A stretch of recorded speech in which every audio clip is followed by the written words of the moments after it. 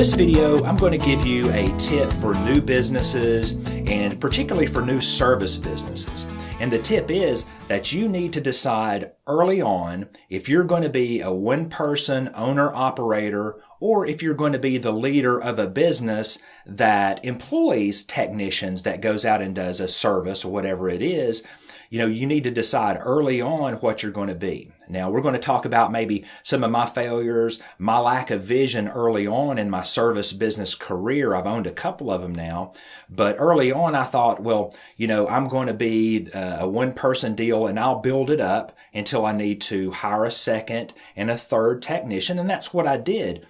But there's a problem with that, is that when you're the owner-operator and your clients know you're the owner, you start building a whole different set of expectations than if that were an employee going out there to do that service, right? So by the time I hired my first employee, I probably had about 450 or 500 customers that had only seen me.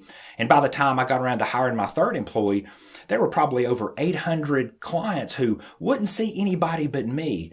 And that becomes a problem. You can't manage 3 technicians in a business of that size while you're busy running 3 to 5 appointments a day. So I tried to extricate myself out of that by sending other technicians there. I would even show up myself to help make the transition, but that's difficult. I had some people get very angry with me and was shouting mad at me because another person was there with me to do the work. So the lesson in that is, if you're an owner-operator, you might do things above and beyond what an employee would do. And that means answering the phone early, going out late. If somebody calls you at 7 p.m., you jump up and run over there and shut their water off or do them a favor because you want to capture that customer.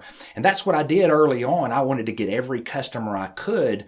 And there's nothing wrong with that, but I should have had the employees in place earlier and had them be the first contact with that client. It's much easier to build a reasonable professional expectation with a client dealing with an employee, even if you're there, but as long as it's the first time and they know that that's what they're getting. So let's go back and talk about this main point again, is decide early on if you're going to be the leader of a large organization. And, try to bypass this building mentality, this bootstrapping mentality. That's what I did. I just thought, well, I've bootstrapped all of my other businesses, so I'm going to build this and bootstrap it that way and hire as I go. And I just want you to kind of maybe learn from some of my failings. And it's not that they were true failings. The company did well. We made some really good money. My technicians made really good money. And when I sold the business in 2012, I did pretty decent on that. And that business is still in operation today, doing just fine. But the new owner came in not being a technician. He was able to take over and just start running the company and running the situation as it should have been done from the beginning. So hopefully that'll help you a little bit and maybe save you some grief like I went through, just trying to get your clients converted over to an employee. Pretty difficult to do. So hopefully this will help you out.